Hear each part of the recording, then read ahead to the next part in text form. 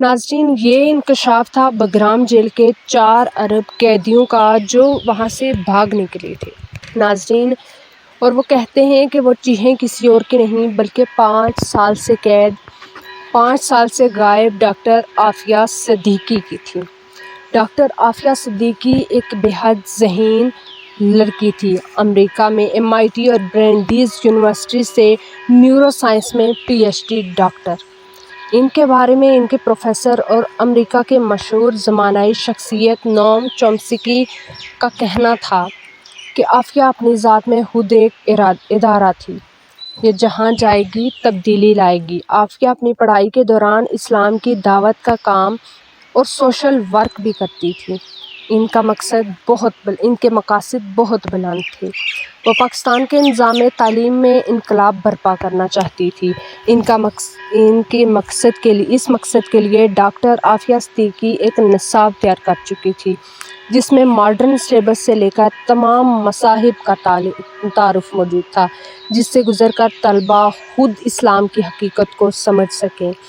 ان کے مجوزہ نظام تعلیم میں قرآن کریم اس قدر پڑھایا جاتا کہ تعلیم مکمل ہونے تک انہیں قرآن مجید ترجمہ اور تفہیم کے ساتھ یاد ہو چکا ہوتا۔ ڈاکٹر عافیہ کی بلا کی ذہانت، قرآن سے تعلق اور بلند عزائم نے امریکہ ہی میں رہتے ہوئے انہیں مشکوک بنا دیا۔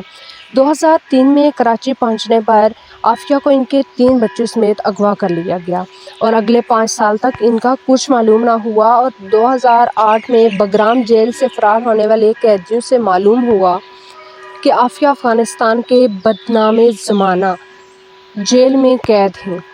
امریکی حکام نے اپنی گھٹیا حرکتوں پر پردہ ڈالنے کے لیے عافیہ کو جیل سے نکال کر قتل کرنے کا منصوبہ بنایا۔ نہتی عافیہ پر امریکی فوج نے گولی چلائی جس سے وہ زخمی ہو گئیں۔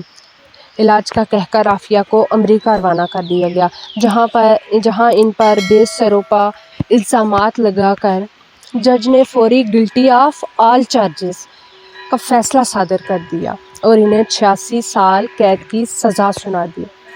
ان کے دونوں بڑے بچے 2010 میں واپس پاکستان بھجوا دیے گئے، جبکہ ان کا سب سے چھوٹا بچہ ابھی تک لاپتہ ہے۔ امریکی جیل میں عافیہ کو کسی قیدی کے برابر حقوق نہ ملتے، نہ ہی میڈیکل اور وزٹ کرنے کی سہولیات موجود تھی۔ یہ ہے انسانی حقوق کا پرچار کرنے والے امریکہ کا بھیانک چہرہ، جو اس قدر خوفناک ہے کہ لوگ فریڈم اور پیس کے چمکتے سلوگنز کے پیچھے تو انہیں دنیا میں پھیلی دہشت گردی اور بدنامی کی اصل وجہ سمجھ آ جائے۔ ڈاکٹر عافیہ کی قید کے 20 سال بعد پہلی مرتبہ ان کی اپنی بہن ڈاکٹر فوزیہ سے ملاقات ممکن ہو پائی۔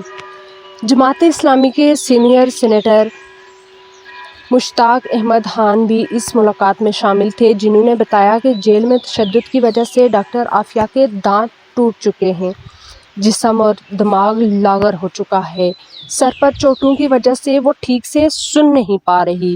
خوف اور اذیت کی اس کیفیت میں بار بار کہتی جاتی کہ مجھے اس جہنم سے نکالو، لیکن ڈاکٹر عافیہ آج بھی ہمت و حوصلے کا پیکر ہیں، اور سینیٹر مشتاق کے مطابق زبان پر امت مسلمہ کے بچوں کے لیے دعائیں ہیں، قرآن سے تعلق مضبوط کرنے، غریبوں اور کمزوروں کا ساتھ دینے اور اللہ سے تعلق مضبوط کرنے کی تلقین ہے۔